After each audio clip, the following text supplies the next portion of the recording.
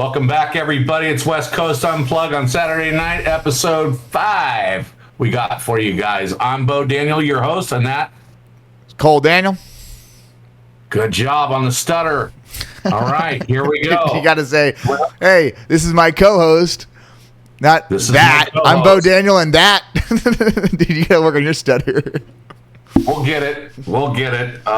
Yeah, so tonight we got a banger show for you. We got some new segments to add into our show tonight. We got current affairs and we got a new segment, Back in My Day. Back in my day, it was a lot different than today. But first topic, we're going to talk tonight about society, zombie island that we're living in. Have you noticed people aren't very personable anymore, huh, Cole? Yeah, that's what... run into it a lot more nowadays, you know. Like you always said, Dad. You always tell someone that didn't have a personality, hey, why don't you go down to Walmart and go buy yourself a personality? You know, right? I mean, son of a bitch. And yeah, man, it just seems like I notice a lot more people nowadays. Are caught up in their own head, and it's just it's the thing that bugs me the most is when you run into someone that doesn't have a personality. And I think I learned this from you, but. We have such big personalities, and we're so willing to help someone. And you got someone that's walking around that doesn't say what's up, or you say what's up to a guy and he doesn't say what's up, and it's just something that bothers me, you know, that I see a lot more nowadays. It can be offensive, right? You know, people are too good to say hello. I mean, it's like what we take it back to the American dream, waving goodbye in the rearview mirror. You know, it's like, you know, back in the day, they would, you know, some dude would fucking get pissed, you know, and say something, you know, or. You know, it just wasn't the way it was. People were polite. It didn't matter. No one gave a shit about skin color or, you know, religion or none of that shit. It was man to man, eye to eye. And I think we've lost touch from that. Yeah. And it seemed like back in the day, you almost had to have a personality. That was a sense of character, a sense of, originality. That was like who you were was your personality. Now it's a big social media presence. I'm a social media presence now where I know people that have a big social media presence and they talk all this stuff on social media and these big paragraphs and stuff, but in person, they ain't got nothing to talk about, you know? And it's just confusing. And it's seemed like back in the day, you know, you had to have a person. You didn't have to have a personality, but people wanted to be different and be unique. And it's showcasing your personality, you know? And those were the most interesting people to talk to, you know? It's just like if you're a curious person like you and me, you know, it's like, whoa, this dude kind of sparks an interest that something's interesting about him, or he's got some hidden knowledge that, you know, nobody knows about and he's willing to share it. It's like, this is the best, you know. Those are the people I want to talk to. I poured concrete with this old black dude.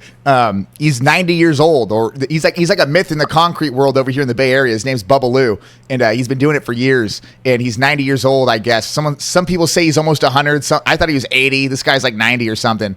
And dude's super cool. Still getting after it. Great shape, and he has personality. You know, I get to the job, I'm like, "What's up, Lou? What's up, man? Bring it in, dude." Gives me a hug. I gave him a $20 tip because he does such a good job, and I said, "Here, man, go take the grandkids out to go get an ice cream or something," you know. And I like that. That makes my days when you run into cool people, you know. And seems like sometimes you get caught up in this whole personality thing where people just don't want to talk. Yeah, and the tribal warfare that goes on around us, you know, it's people are clannish and they stick together. It's you know, you're out because of this, or we don't talk to that type of person. He's political this, or he's you know, whatever label they try and put on people.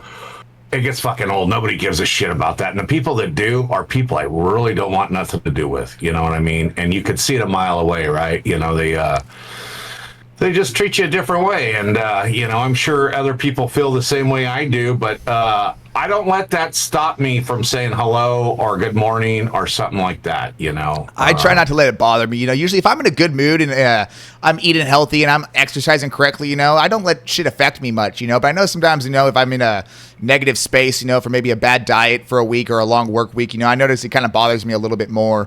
But one thing I will say is I think the social media also plays a part in it too, because sometimes I'll be pouring at the mixer, right, Dad? And I'm just out there at the pump, and it takes maybe 30 minutes, sometimes an hour, sometimes 2 hours to unload this truck. And I'll pull out my phone and I'll just start scrolling on Instagram. I'll start doom scrolling, catching up on maybe I'm listening to a podcast, watching a YouTube video. And I always thought, though, like back in the day, you know, these people didn't have phones and stuff, you know, so it's almost like if I didn't have a phone, I'd be sitting there bored, you know? And I think that's when a lot of conversations and personality would showcase, because what you needed something to entertain yourself. So you'd crack a joke, or you'd talk shit to this guy, or, you know, you'd have that conversation because there's nothing else to do. Now everyone's got the phone, where it's just an easy defer to the phone. And I think that also plays a part in it too. What do they say? Escape and avoid, right? It's immediate. Grab the phone, escape and avoid. Jump on social, you know, check messages, whatever stupid shit you're doing. But, you know, back in the day when they didn't have phones, Cole, and you were standing there, you would jump in and help the contractor do whatever. I mean, someone knew how to grab a rake. Someone knew how to hose down something. Someone was washing the tools. While, you know, you made yourself useful at all times, because they would request you to come back. Or all the drivers were like that. You know what I mean? They didn't hire drivers wouldn't do that. You know? And that's what I do. You know, I'll see the pumpers, you know, this pumper's, you know, pulling hoses. He's by himself. I'll stop what I'm doing. I'll grab the hose and start pulling the hose with the guys. And I notice that goes a long way with these guys, because, you know, they see all these other drivers that don't do that. And I'm not trying to over here and try to be, you know, these guys' buddies and shit. I'm just like, hey, this guy needs help. Let me give him a hand real quick. You know, I could use the exercise, and it goes a long way. And I've honestly built a lot of good relationships with these guys doing that, you know, and I'm happy to. It makes me feel good, makes them feel good. It's like, hey, why not? But also, I think that also goes down to the part that, you know, people don't have these personalities, and it's almost like it kind of. And guys, we don't want to be sitting here every week talking about doomsday shit. You know, we don't want to be the constant repeating dudes talking about the end of the world and AI and shit. This is just shit that we see on a day-to-day basis. But you know, it goes into AI, real life experience. That's all it is, right? Yeah, and it goes down to like, you know, if it continues going this way, it's almost like this emotionless society. And Dad, what was Grok's stats on autism in kids these days? I think you mentioned it was like you heard something on a podcast. 1 in 6 kids are born with autism today, and I grokked it and it said 1 in 30. And that's pretty alarming if you think about it, you know. And a big thing with autism is that there's not many social cues. It's very there's not many social cues with autistic people, and you know. My mom, your wife, is a special needs teacher, and she deals with these kids that have these issues. And it goes down to the food we eat, maybe the things we intake and consume are raising autism in kids. And if you have no emotion, it just pivots right into that AI direction of, hey, power and control over people that don't have emotions, where people don't want to stand up for things. People just take things as they come, you know? And I think that's a pretty alarming issue, you know, and it's something to be concerned about, especially for a young man. It's interesting because your mom, you know, when you know, whatever field you work in, you know a lot more than your significant other or whatever. You know, she could spot the shit a mile away. I just say, oh, it's another weird fucking kid or something, you know, doesn't talk, or, you know, doesn't want to be bothered. I don't know. Bad parenting. You know, I go to all these old school thoughts to where I just think it's, you know, it doesn't occur to you. It does to me now more than it did, but, you know, hidden disabilities are tough to detect, you know, and, you know, like I said, your mom works in the field. She can detect it a mile away, you know, and it's not a judgment call. It's just, you know, it's just your perspective on something, right? It's not, you're not biased one way or the other when it comes to that shit. Well, but I think there's pros and cons to it too, but like, it seemed like back in the day, if you were a spaz, or maybe today you'd be labeled as ADD, they give you a disability right off the bat in today's times. Or, oh, you're not, you're disabled. You're not able to do these things. And they push down medication to numb you out or to chill you out. Back in the day, it seemed like, hey, if you had ADHD, or you were a little weird or something, or a little autistic or something, if they didn't really have the spectrum of things, I think, and people maybe were a little weird, a little off on the spectrum, and they made careers and had families and had great lives. You know, no one, it wasn't a big thing, and I think the big pharma's pushing that more too, to get on medication for these young kids, and it's unnecessary, I think, and just seems like different times. I read a quote one time. It was this guy, and I think it was a newspaper, and he was a teacher, and he was teaching these kids about autism, and he told this kid, you have a special gift. You're in a race, and you got a huge motor. You just can't use it here at school. there's a time to do it and there's a time not to. And it was paraphrasing this shit, but the way he explained it is these kids have a hidden talent. They just don't know when to turn it off and turn it on. And it was like the way he explained it was like, oh, this is how it works. And it really helped this kid. And this kid was writing into the newspaper talking about what his teacher had told him. And it helped him gauge, what would affect him and stuff like that. And, it's like you see some of these kids that are just addicted to computers or addicted to whatever it is they're doing. And then they get in the real world and they become a computer programmer or something, just something, hyperfixation. Yes. It's a talent. They just haven't figured out where it's useful yet. And, so, that's about as much as I know on that topic. But yeah, they say in a lot of these vaccines, they went from 12 at one point to 38, I think now, and they're saying that has a lot to do with it, or, what kind of medication is mom on, when she conceives the baby and all that shit. So it's just like there's a lot of things that people talk about. They say it's not proven. They said the diet definitely is proven, though, man. That Jenny McCarthy, she was coming out. She wrote a book on it, and she was with that Jim Carrey at the time. And I don't think is it his kid? I'm not sure if it's his kid or not, and hers. But anyways, she was full blown. She full blown went out on every big network, Oprah, and said it's the diet. It's the diet. I changed the kid's diet. He's doing way better. And she was a front runner in this, and they blacklisted her right off the fucking face of the earth.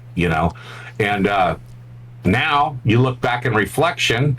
You're talking about COVID. Rogan's talking about ivermectin. He was right. The mass media was wrong. So you see these people coming out ahead and they get pushed aside because it's affecting the bottom dollar of this big pharma mess that we have, right? Yeah. It's all about the money, and that just shows what today's times are that we're in, Censorship and suppression, and it's one voice, but it happens to be a celebrity voice. So they do have access to big platforms to speak on it. And when people start getting too big and too educated on something, look at Rogan. He changed the whole way people were talking about it. There was a handful of doctors that were backing him up. There's a lady on X. She's in, I believe, Houston, Texas, and she was against it the whole time. She went on Rogan. She's really great. Dr. Madden, I think her name is. She's on X. She's super interesting. She went on Rogan because Rogan was the only one talking about it, and she got a red flag for treating her patients with it. She's still trying to get that red flag off her license, Now, that's ivermectin? Yeah. So can you explain? Do you know what that is? I'm not sure what that is. If you made the viewers, they said they use it for a lot of different treatments, right? And they said it was a wonder drug for a bunch of different things, and it was $3 over the counter. No one gave a shit. They've used it for years.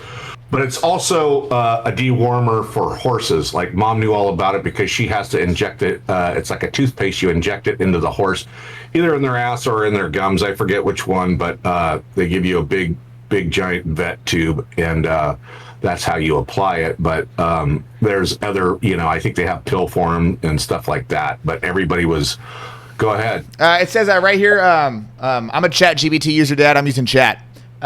Yeah. Ivermectin is a prescription medication that's used to treat certain parasitic infections in humans and animals. It has been used for decades and considered very effective and generally safe when used for approved medical conditions at the correct dose. Ivermectin used in humans, used to treat infections caused by parasites, including scabies, head lice, other things. It works by paralyzing and killing certain parasites, allowing the body to eliminate them. So it seems like that goes hand in hand with diet, right? If you're eating a shitty diet, Cleo's big on these things. Your gut health, you eat this shit, and parasites, the parasites are inside us, right? And it's like these microscopic things that live inside of us, that are living things that affect our emotions and our moods and our energy levels. And if you cleanse yourself out of that shit and eat clean and healthy, you're probably in a lot better fucking headspace. Yeah. So, and now they're talking, not to shift the whole thing, but me and you were talking about peptides, right? And I'm like, that's all you hear now is peptide this, did you get some peptides? Did you get, I'm thinking, what is peptides, right? So, what'd you come up with that? Because all I found out was that it's just fucking Ozempic fat drug. Well, like for me, it seems like, let's see here.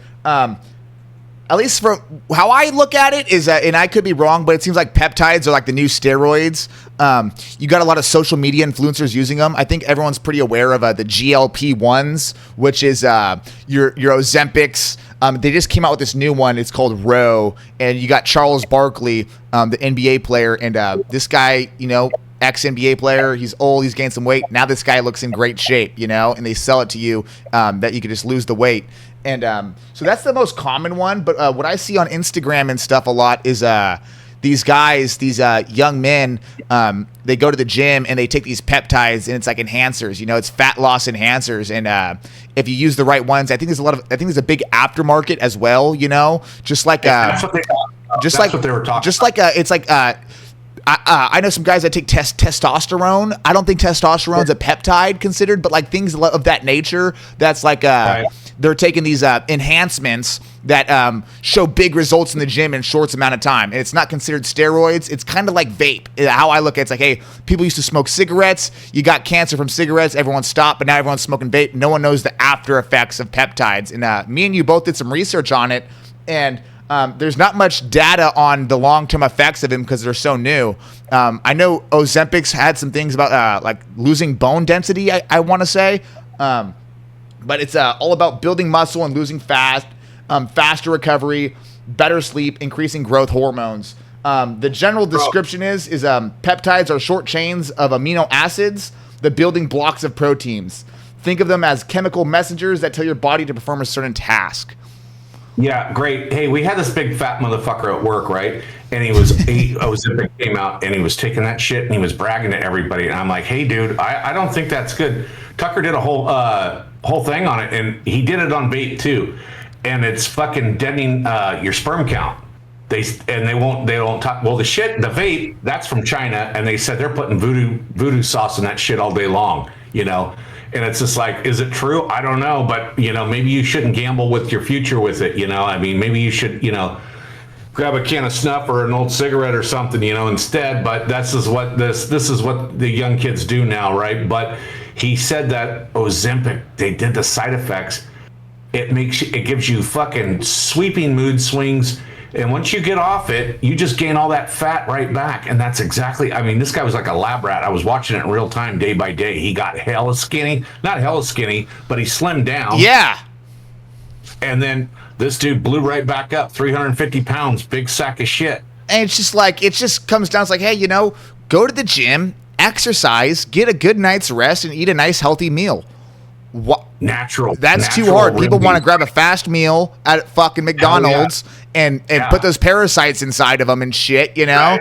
and then use this fucking shot to lose it all because they have bad discipline and can't have a healthy diet. And it's just like, dude, we're human beings. We're not lab rats like you're saying, and it just. Does anybody stop and ask what the downside is anymore on anything? No, they don't care. They don't have time. This dude in the white coat prescribed it to me. Give it to me. It's crazy. You gotta investigate, do your own research, go to AI, go to anybody, find out what's going on. And that's what I enjoy about some of these podcasts, because they tell you the downsides of this shit. Yeah. And inform.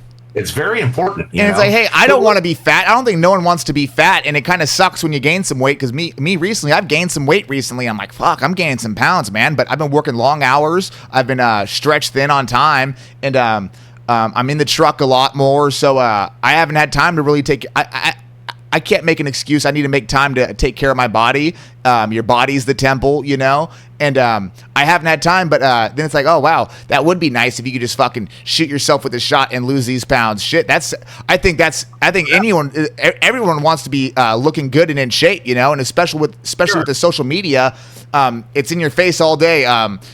People look great. They have money. It's this whole thing that you see every day, and you want to be like that, right? And these young kids want to be like that. And, you get a bad mental space. People end up doing quick fixes. It's quick fix, instant gratification, quick fix. Your mom asked for that stuff, and they said, no, you're not overweight. Really? She, yeah, yeah. She told me she asked the doctor about it, and they said, no, you don't have a weight issue. They look at your body mass. I mean, she put on some weight over the winter. I did too. I grew tits over the winter, and I'm growing them right now.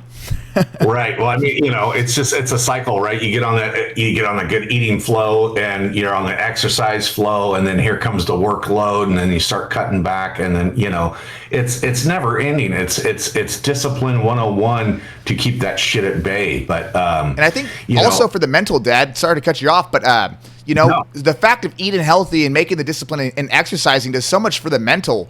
And it's not even about the physical. It's the act of doing and the act of releasing the natural body chemicals in your body. Like sometimes when I go to the gym, the first set of 10 I do, I feel alleviated. Stress leaves the mind. I'm focused on working my muscles. I'm engaged in my body. And it's a feeling like no other. And to just numb yourself out with a shot, it's just extreme. It's like you're losing out on all these great benefits of exercise. That's really the core reason you should be doing it. They're sucking the souls right out of our society with this shit, and they don't care about the fucking results, I mean, it's like, it's fucking up the next generation. Let's say you have kids. Jesus, what are they going to be into? I mean, it's like, I know my parents used to complain about, what we were into. It's a generational thing, and it comes with age, and it's like a fine wine that gets older and wiser with time, right?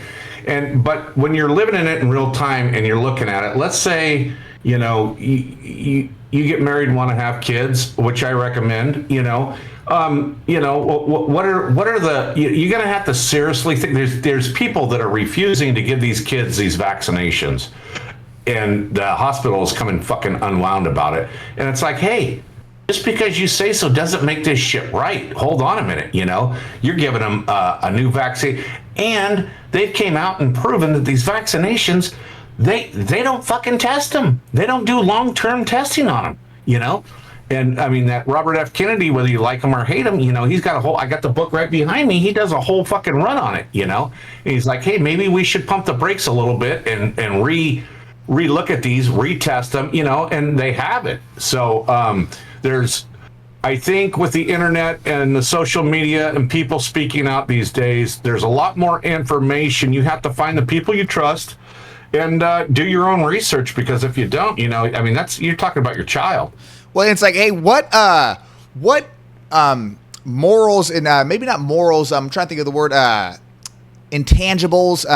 When I was in elementary school, they taught us about integrity, initiative, these certain, not commandments, but these certain words that meant something, And if you're a young family and you're a young mom or dad, and your example to your child is, quick fix things and instant things, hey, quick weight loss things, what example is that setting for that child, for the future? And if a mass majority of these people are on these GLP-1s, it's not teaching your kid, hey, to get things that you want, set goals and work hard at what you want to achieve.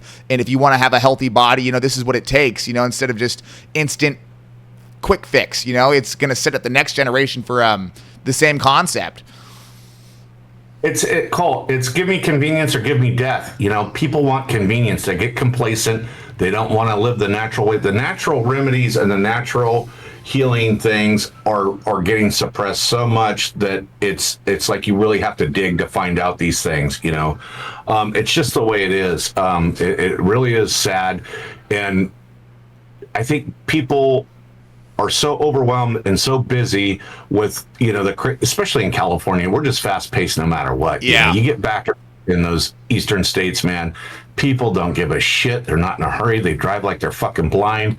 I mean, it doesn't stop back there. They're slow as shit. I mean, it's almost annoying, Yeah. But what it taught me is I need to chill out, You Yeah. got to live in the dude, these people are back there with the Bible and the green trees, and they're just like, hey, we're cruising. We ain't in a hurry for nothing. And it's just like a mass anxiety attack in the state. You got to get this done. You got to, there's a line for this. There's a line for that. You got to renew this. You got to pay for that. Oh, there's an extra tax coming for this. Oh, we started a new thing to where we're going to, get rid of toll takers and send you the bill. And if you don't have an account set up with this, they're going to stack up and we're going to charge you 5 times the amount.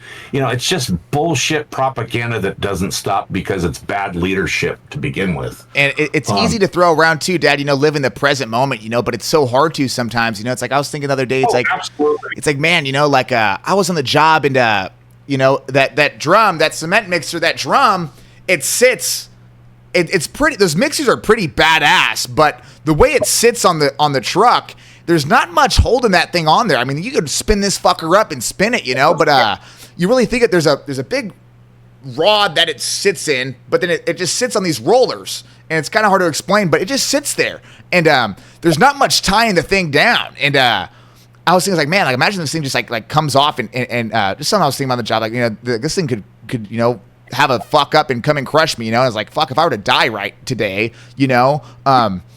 fuck, there's so much more I want to do in my life, and you get so caught up with the next month's bills and trying to get ahead financially and trying to build a family and get financially well off to have a home, and these house prices are insane, car payments are insane, all these things are so hefty on the mind that you want to be in a comfortable position that you have to work hard for, but you got to take a step back and realize that none of this shit's promised. Next week's not promised, and it's no, it's, you got to take the time for it.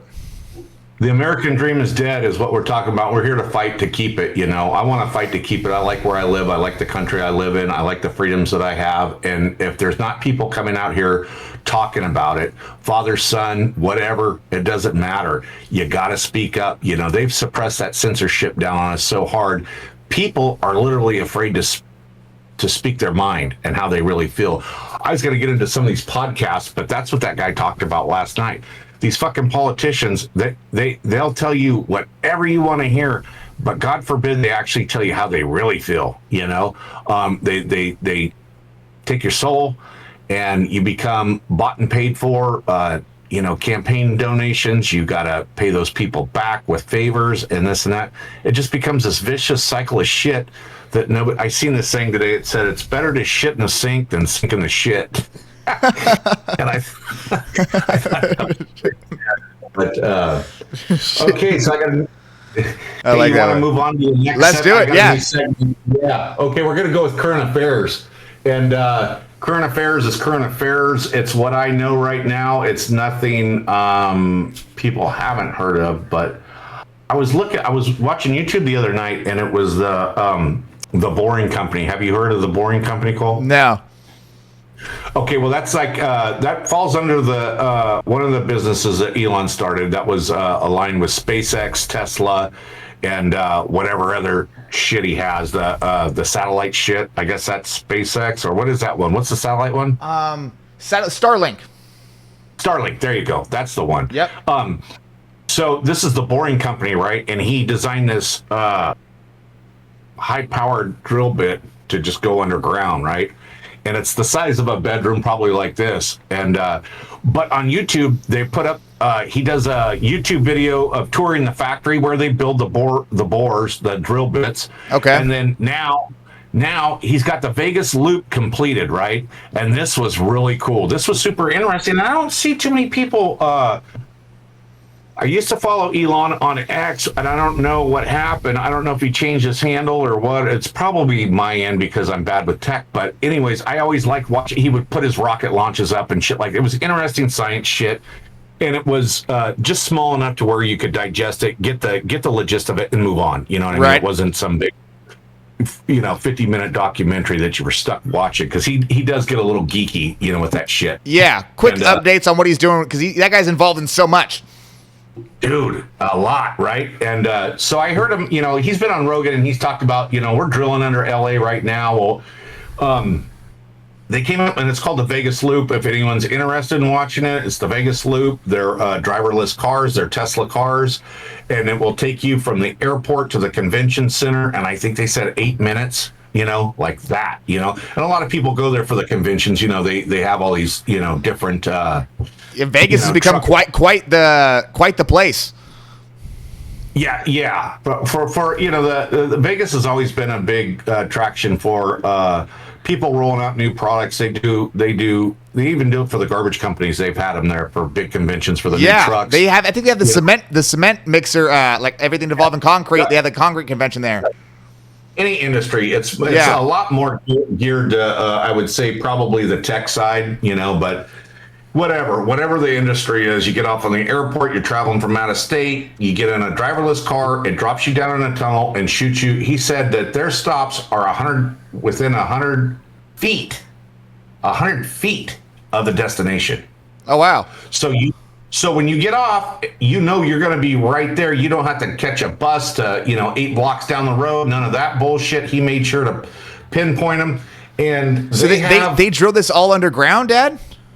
Dude, it's so cool to watch. I wonder how deep they did, because you got to think of all the industrial, the pipelines and the electrical and shit.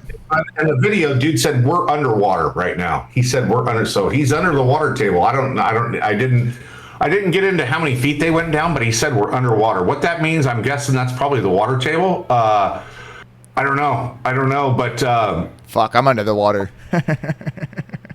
We all are. And anyways, it's this tube. It's a driverless car. It's like a taxi. And underground, they have stops along the way. It started out with a 10-mile. They did 10 miles, I think, in 2 years. Now they're up to 64 miles, I think it said, Cole. No shit. And there's 160 stops or something like that. He said you could literally get all the way across Vegas within 15 minutes, where actually it would take you, if you were to go down the strip and all that shit, it's going to take you roughly over an hour, and with the stoplights and the traffic. And so I was like, wow, this is really neat, And so I did look it up, and they also said that airport, they're doing one in, they have one in Austin, they're doing one in Dubai, and they're also doing one from the airport to Music Row in Nashville, which is a really cool place. I didn't find it when I went there. I didn't find it hard to get there. I didn't find a lot of traffic, but it's a big city, Yeah. And there was a lot of stoplights. It was some navigation, but I went during COVID. I guess that's probably why, Cole. Now I think about it, I thought I didn't have no problem getting there. Well, it's during COVID. Everybody was in their house. Yeah, I wanted to say, wasn't he planning on doing something from like the Bay Area down to Los Angeles? Just one fucking straight shoot? What happened to that? Wasn't it supposed to be some... that's the last thing I heard. On 60 Minutes, and they started that stupid Gavin Newsom's train out there in the middle of the I-5. I think it was in Bakersfield or somewhere out there. And he was so irritated by it when he was on 60 Minutes. He goes, I just drew this up on my off time. And he designed, what do they call those? A speed rail tube or whatever. Speed rail, that's is, what right? It was. Yes, the speed rail, yeah. All electric. You could be there in like 2 hours. The thing does goes up to like 95 miles an hour. It's all ran off solar and battery. I mean, it was like, this dude this was years ago. Yeah, that's the last thing I heard, yeah. So Gavin shut him down, so he went to Vegas? That was back when he was just focusing on building the cars. I don't think he even launched Starlink yet or none of this shit. Yeah. And they had a lot of regulations. It's just all government propaganda. They wanted to come in and land grab and give out these big cushy contracts. That's the biggest black eye on this state. Everybody knows about it. Everybody's sick by it. Tons of people got rich from it. Nothing was built. People got screwed out of their land. I mean, you want to talk about propaganda bullshit, government overreach? You could start there. But anyways, that was a current affair that I came across this week. Just buzzing through YouTube and watching shit, and there's part one. There's one of the factory. It's on YouTube. It's called The Boring Company. It's they show you how they're building these things. And two was Vegas Loop. It was called. So if you guys are interested in checking that out, I found it interesting. It was worth a watch. So that's my current affair for right now. Cole, I'm going to shift gears over to the latest podcast out. You want to talk about some of that? Yeah, I want to touch on Joe Rogan had the Vice President of the United States on. It was about 8 days ago when I listened to it, I think it's about a week old podcast. But Rogan's had Trump on. I think it's the second time Vance has been on. And I remember back when Vance was running and Trump was running, and a lot of guys like us were pretty pumped for this guy. Like, cool, we got Trump, and then you got Vance, and Vance seemed like the right on dude. And it just rubbed me the wrong way when I listened to this podcast, and it seemed like this guy was really politicking, and he's really trying to come off as a and this is the vice president of the United States, but he's trying to come off like he was a middle class dude. And I get it. You're a politician. You know, you gotta make your ends meet and reach a certain demographic. But I think what's happened is with Trump and this war, a lot of people that voted for Trump, he said, no wars. I'm getting rid of Ukraine. I'm getting rid of all this shit. We don't want to be at war. And now we're all in a war. And a lot of the Trump guys have turned on him. They're like, hey, fuck, this guy promised us this, and that. And he's doing the complete opposite. And a lot of people are pissed. And they're hearing it on the back end over there in the White House. And so I think Vance came in to kind of do some political control and try to ease the consensus and try to regain some of their voters back. And he was on there, and he was talking like he was going as the vice president. He was treating it like how he was interested in the UFC. He sounded like he was coming off as a middle class dude, saying, hey, after work, this is my job. And, when I'm at work, when I'm off of work, it made him sound like he was like, after work, he's kicking back a couple beers with his buddies, watching the UFC fight and shit. And one thing he said that really bothered me was his big aha moment was that South Park put him in an episode. And Rogan was like, hey, man, you're the vice president of the United States. And I'm just like, this guy is, when you're a kid, you think, everyone wants to be the president of the United States. And this guy here he is the vice president of the United States. And it just came off really immature, saying that his big moment that he feel like he made it was when they put him in a South Park episode. And motherfucker, you're one dude out of the past 20 years that maybe there's been 3-4 people as the vice president. And that was your big aha moment. And I'm just kind of talking shit, it just seemed kind of fake and phony, and he was playing this persona, and him and Rogan were buddied up and talking about work, and it just like, dude, you're the vice president. We have a lot of work to do, and it was really relaxed and lackadaisical. We have all these issues, and people are stressed out. The middle class is stressed out about house pricing, oil, and this war, and all these things that we're talking about, and he's over there chuckling it up with Rogan, and it's just like not what I want to see from the vice president of the United States. It just seemed just didn't rub me the right way, and it just bothered me, I guess. So I'm just kind of complaining, but that's where I'm at with that. Yeah, that was kind of the take I had. I think my perspective, that guy was a U.S. Marine. This guy's a no bullshit dude. He came up pretty rough. He was a blue collar kid. He struggled to, there's two sides to this dude. Some say he was bought and paid for by a foreign country and, basically engineered in a fucking clone type thing, like he was pretty much forced into some shit. You can't believe, a lot of these conspiracy wackos, and when he was a genuine person when he first came on there. Now, I think he's trying to do damage control for the shit that we're in. And he liked being genuine. He liked being himself, but now he has to be a politician, and that reeks. It reeks when you see the real person and then you meet the politician. It's two different people, right? Yeah. So he's in there doing damage control for the state of affairs we're in right now, and they're obviously, everybody's talking about how they changed their opinion and this and that, and I think he was sent in there to do more of a damage control. Hey, we're still buddies, the UFC, this and that, and it kind of reeked of that. But if you've been around long enough to watch this shit, they all end up doing it, right? It doesn't. They come out strong. They're rooting everybody up. It's a big buildup, right? But at the end of the day, you find out how hamstrung these guys are when they get into office with the Congress and these kooky people that are voting against everything and, all this other bullshit. I mean, there's, like you said, there's so much going on here at home that we don't give a shit about South Park. We want solutions to the problems here, and we were getting that. We were getting a lot of it. We were getting a lot of good things, closing down, sealing the borders, all this stuff that we, desperately needed from the last administration. So, what happens is you find yourself in this mess, which Tucker Tucker gives his, Tucker turned on him, right? Tucker's like, nah, I'm out. The Charlie Kirk assassination, they're saying that, that wasn't some weird kid on a roof. They're saying, there's a lot of things they're saying out there that are a lot of shit. If you're not aware of it and you're not watching and following the evidence and this and that, you can be swayed so quickly by one newscast that, you think, oh, this guy, why would he lie about something like this? Because they all fucking lie, You can't trust any news outlet, it's all bullshit. And so when you see somebody come on Rogan has good guests, they're usually genuine, but this is going to shift into, I don't want to skip over this one because it was really neat, but this one ties into. Can I touch on one last thing, Dad, before we switch over? It wasn't, there was a part of the podcast where Vance did say, he's like, hey, we have it did come off like, hey, we are in this situation and a lot of guys have turned on us, but like you guys, like there's also a lot of false media and narrative out there that's pushing this agenda to push against us.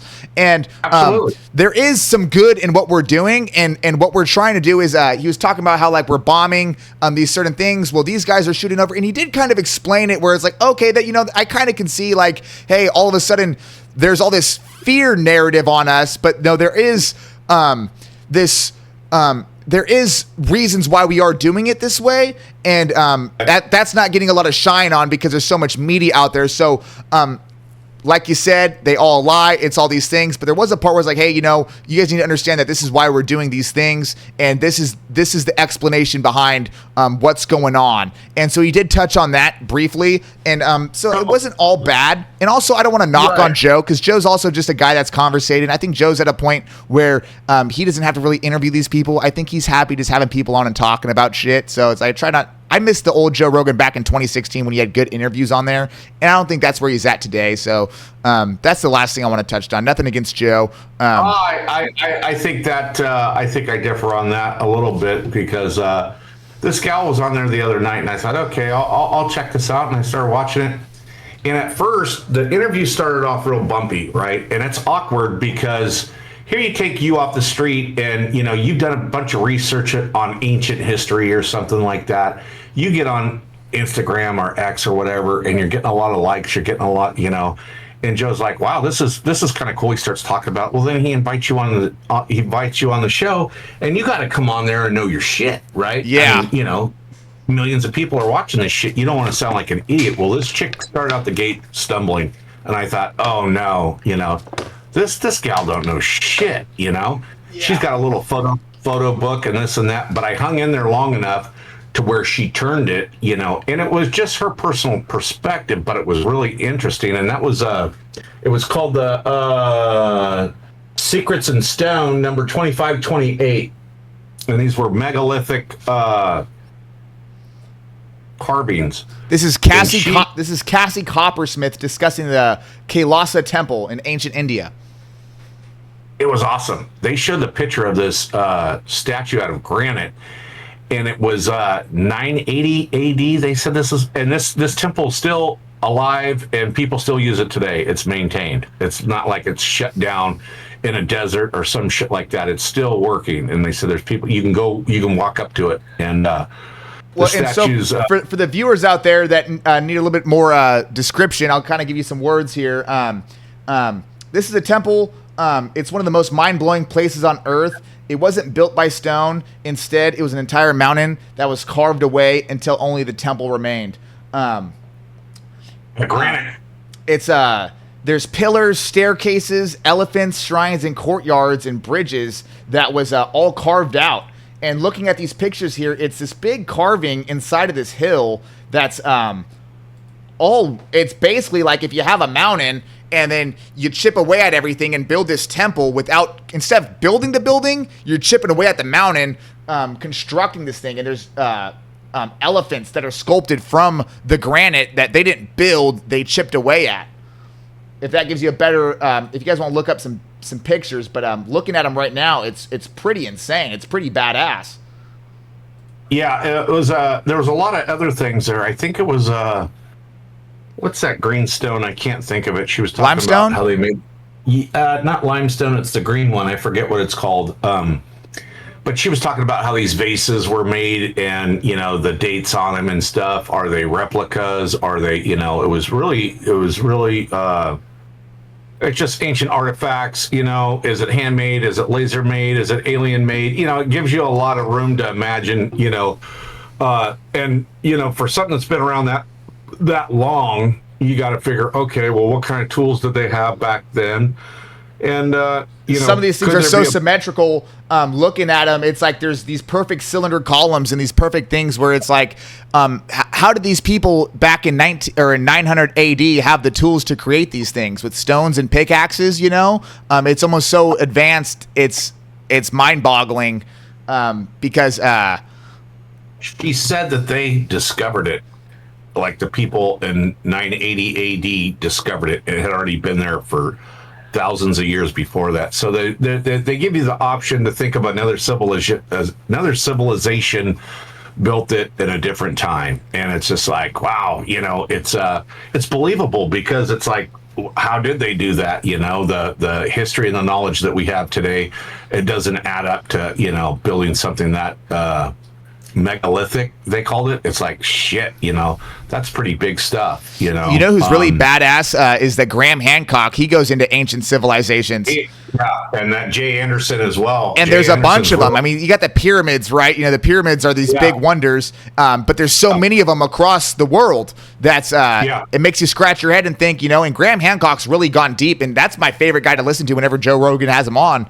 And they dismissed that guy for years, and I think the when he really got traction was when he went on Rogan. You know, that guy became actually somebody because he was just kind of blown off as a quack. All the geologists were saying, "No, this guy, you know, this is what we have here for facts." You know, they're facts, but when Joe talks about it, he says, "Who doesn't want to?" You know, these guys don't want to admit that they could be wrong at this point, and they force this narrative so far and for so long that they can't take it back now. They would look really stupid. God, is it ego? Your whole career is based off of this, and it's like, oh, no, that can't be right. You know, I got this whole other idea over here, and it's starting to add up, and people are starting to look into it. That Jay Anderson, he talks about the river that ran underneath the pyramids and how it was a power source. And all that shit. It's really interesting and stuff. One thing with Graham Hancock, Dad, is like, I think he goes back. I want to say he goes like, there's these ancient civilizations that like were so much more advanced that were wiped out by some sort of natural disaster or something that's been covered up for so many years. And I want to say he goes back like 30,000. Like the time frame's like 5,000 years is what they tell you, but it really goes back like 30,000 years. And what type of technology did these people have back in the day? And it's like I think in school they tell us, oh, it's pickaxes, stones, you know, evolution, man to this, right. And these people did this and that. But it's like, no, hold on. These people might have had some really advanced technology that we're nowhere even close to today. Yeah, these guys weren't hunter-gatherers, dude. These guys were like fucking 12 feet tall, moving shit around and designing badass shit, right? Okay, another podcast, Cole, that came out that's kind of popular right now that doesn't really come along very often is you got Sean Ryan, you got Tucker Carlson, right? Tucker Carlson is kind of giving you both sides to whatever's going on. Right now, it's heavy political shit, right? He's giving you the downside to what's going on in Yemen, Lebanon, all these other places, and he's the only one reporting on it that I can find that gives you, Real quick, Dad, for the viewer like my age that might not know who Tucker Carlson is, maybe give him a background on what his kind of background was. Just, I wasn't a big fan of his. He was a news guy that ended up going rogue or something like that? Yeah, he was CNN, MSNBC, and then he landed on Fox, and he's always been a conservative dude, right? And so he's always given the conservative view. You know, he's campaigned for certain presidents, grew up pretty much in Washington, D.C., knows all the big players in Congress, knows a lot of shit, really smart. But he was on Fox News, and it started to escalate. He started to question certain things, and they were kind of giving him a free platform, and it was always pretty good, I guess.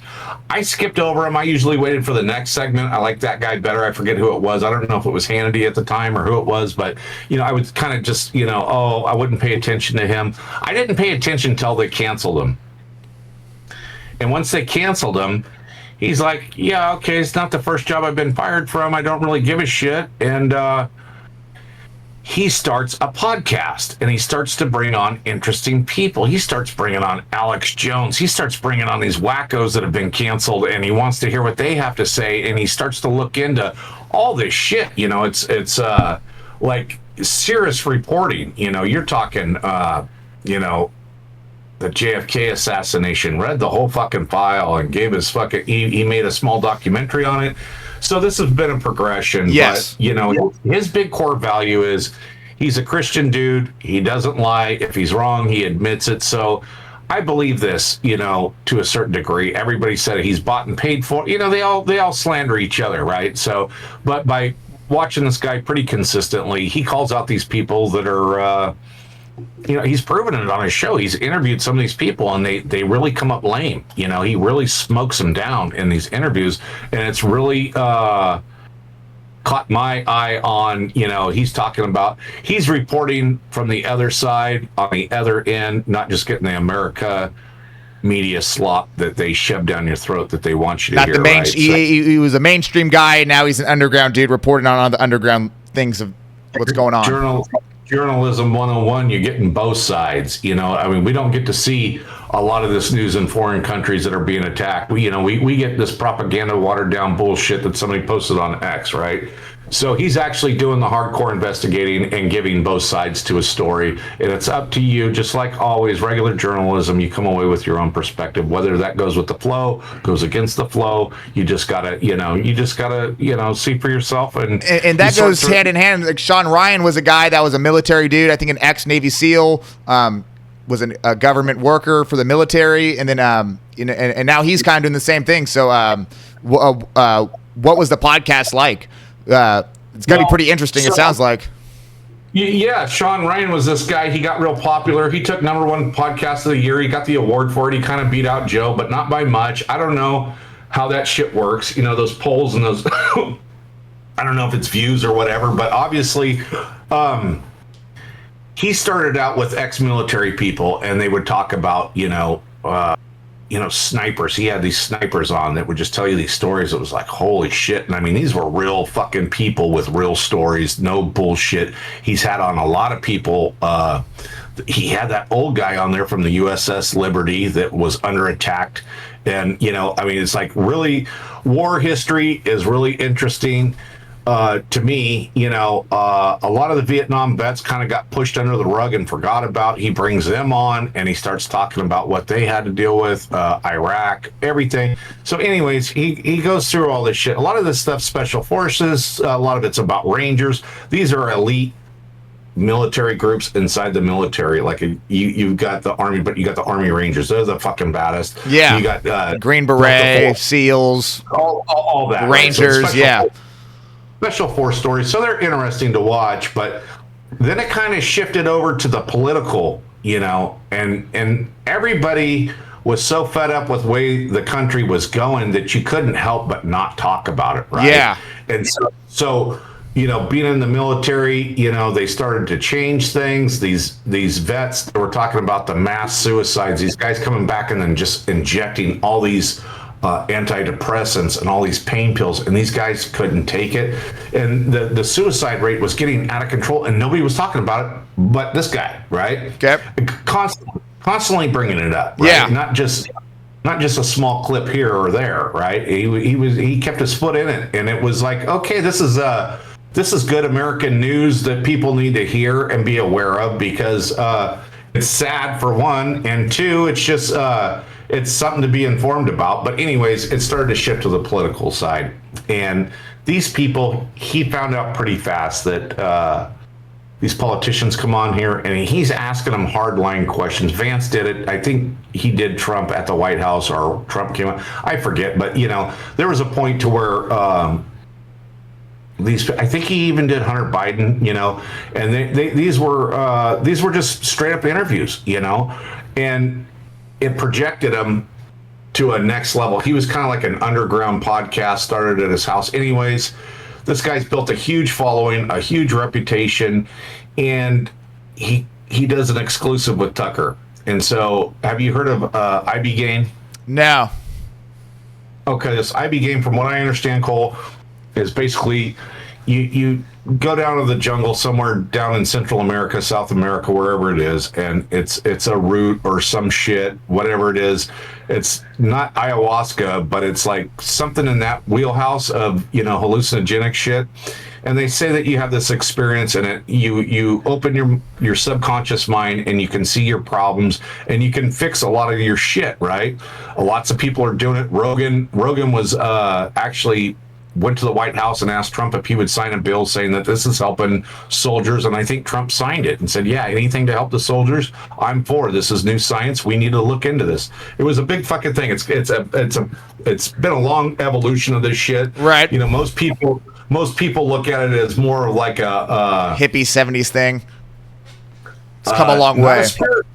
Not a spiritual thing, but it's a natural root or something, some kind of derived of natural shit, and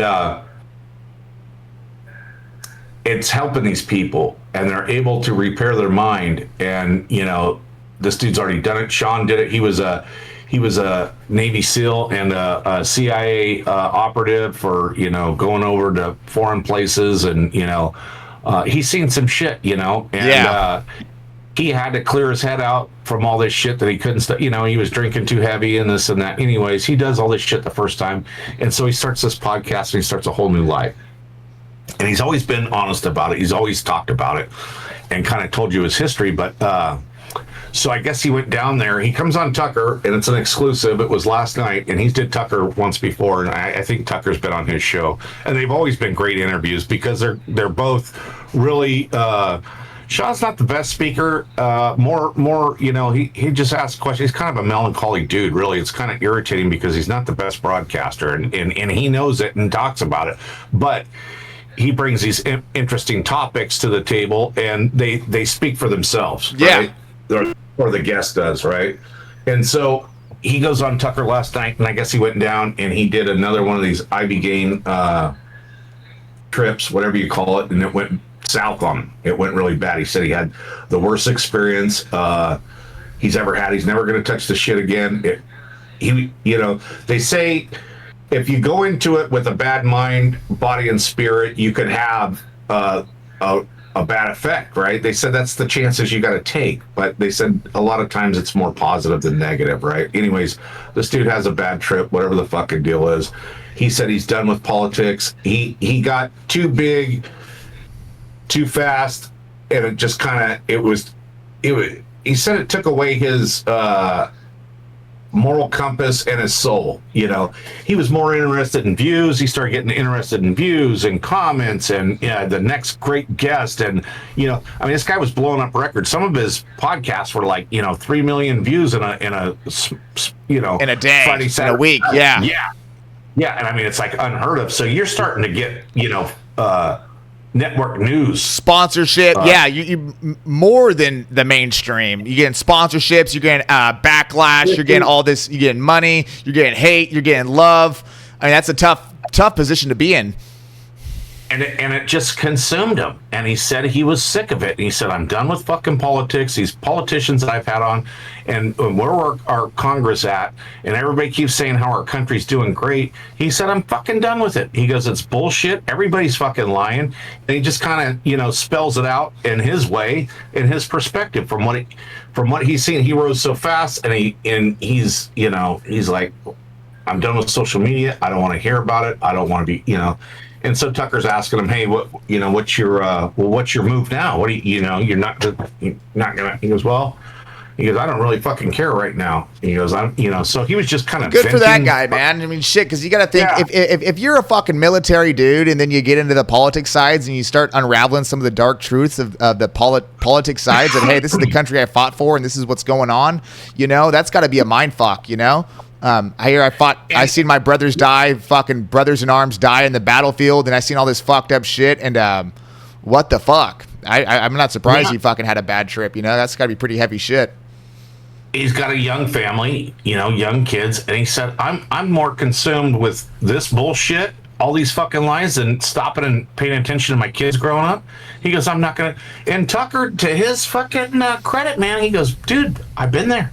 I did the same thing. He goes, it took me 20 fucking years to come off my ego ladder. Yeah. And so it's like, it's real people talking about real bullshit, how, and they give examples of certain people, how they fucked everything off and, got into drugs or drank too much or whatever. It's just that vicious cycle. It's like being a rock and roll star, right? You're only on top for a small amount of time. And then, you're in a gutter hooked on drugs or something. Well, and here this guy is, he's getting millions of views. He's doing it. He's doing all these things. And it's like, and he's like, fuck, I'm taking a step back, and that even relates just to what we were talking about earlier in the episode, Dad. It's like, hey, here we are, young men or middle-class dudes working, trying to make the dream. And it's like, I feel like I got to take a step back too, It's like, that's what's important and that's what's valuable, because life's not promised and life's too short to be caught up in all this shit, So it's like someone that's on that level experiencing some of the same things that I think a lot of us middle class people and are just everyday people experience, So that's kind of cool. He's open about it and shares it and is not caught up in the money and not caught up in the fame. Or at least he was and talks about it, because a lot of people don't talk about it. Guys just get strung out on drugs and more alcohol and end up getting fucked up, and everyone's like, oh, that guy's a had been, or he used to be this and now he's all fucked up. What can you do? That stress gets you so bad and you end up, you take a pill for this, you take a pill for that, or you may be drinking a little bit too much, and it's a vicious cycle, right? I mean, that system will chew you up and spit you out. And if you don't have enough sense to stop yourself and not take yourself so seriously, because he said that's what was happening. He thought he actually had power and sway, and he was getting overinflated with this huge ego about, how hot shit he was. And he's not that guy, and he knows he's not that guy, but the power and all the pressure and all the views and fame. Now all of a sudden you're this guy, and everyone's you become this guy, and it's not you, And he goes, I have people coming up to me and acting like they know me. He goes, well, he goes, I put a lot of my life on video. He goes, but as a person, he goes, they don't know who he goes, I don't know shit. He goes, I ain't fucking smart, He goes, I was in the military. He goes, he goes, I'm really not that fucking smart. He goes, I can't remember shit, Yeah. And he's being transparent and honest. So anytime you see that in today's day and age, you're like, this is what I need. Some real people talking about some real shit that's really happening, and they're opening up about it, right? I mean, these people hide behind this shit. And that relates to, Dad. It's like, that's how I kind of felt about that Vance interview. It's like, hey, let's talk about some real fucking shit and some real emotions, not acting like, oh, we're having a good time kicking back some beers watching the UFC fight. That's cool and all, but hey, there's real shit going on here, and that's the difference. You got someone real like Sean Ryan talking about his experience, and then you got someone like JD Vance politicking. I think that's what really rubbed me the wrong way. Is I'd like to listen to that podcast because that seems genuine and real, and there's not much in that in today's society. It gets heavy, Tucker does lean towards the Christian values, which isn't a bad thing, and he doesn't shove it down your neck to where he's trying to recruit you for a church or nothing like that. He just talks about, some people say it's outlandish or this and that, and they don't believe in that, and that's cool. That's their right to.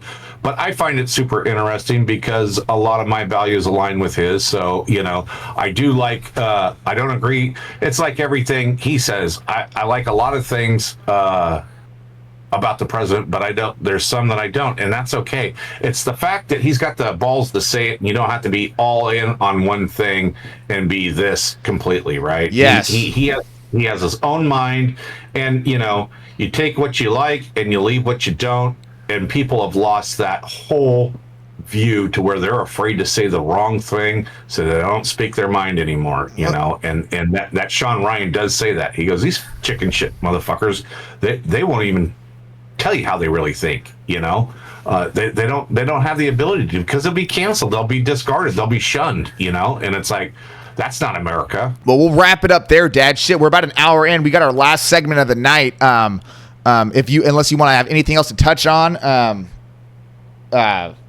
we got an hour in. We got one more segment to end us off. What are you thinking here? I'm good, Colt. No, that's things I had written down. Okay, cool. So we got back in my day. Is that what you wanted to touch on? You got last segment, or did we touch on that in the beginning? I think I'm going to save that new segment for next week. So stay tuned for West Coast Unplugged episode 6. And I'm just going to start sprinkling in these new segments as they come across, and hope you guys enjoy them. We enjoy doing this show for you. Yeah, we had an action-packed video this week, Dad, with podcasts and all types of good shit, dude. I think we touched on a lot of good topics. No, lots of good stuff. The Boring Company. Check it out. And on YouTube, the Fuck Truck. Yeah, there we go. Yeah, I knew there was somewhere missing. Yeah. You guys got to go check this out. Dad, you told me about this after work today, and it's these people. I don't know who they are, but they made an episode for a TV series. It's a pilot episode, and it's called The Fuck Truck. And Dad, go ahead and explain what it's about. Yeah, it's just basically these two gals were in prison and get out, and their dad's dead when they get home, and he leaves the house to the brothers and the trucking company to the sisters, and they're big fat ugly bitches, and they become influencers on social media, and they turn this trailer into a mobile whorehouse, and it's just kind of blue collar comedy, but it's kind of like Trailer Park Boys or Kenny Powers or some shit, But I was laughing. I was laughing my ass off. It's one episode. It's a pilot episode, so I think they made the pilot. It's low budget. It's on YouTube. It's not any major streaming platforms, but I think they're trying to build traction to maybe get a contract with Netflix or something and make this an actual season series. I don't know if they have another episode coming out, but you guys go check it out. Leave a like and share it to a friend if you enjoy it, because I think they're trying to build some traction and maybe make it a series. So I'd like to see more episodes. Everyone in the comment section is like, hey, we need more. I want to watch the next episode. And pretty cool pilot. It was like a perfect pilot episode, So go check that out if you're bored. It's a 30-minute episode on YouTube called The Fuck Truck. Yeah, great. Okay, Cole, that's it. We'll see you guys next Saturday night for episode 6, West Coast Unplugged. Episode 6. We appreciate you guys. You guys have a good one, and God bless.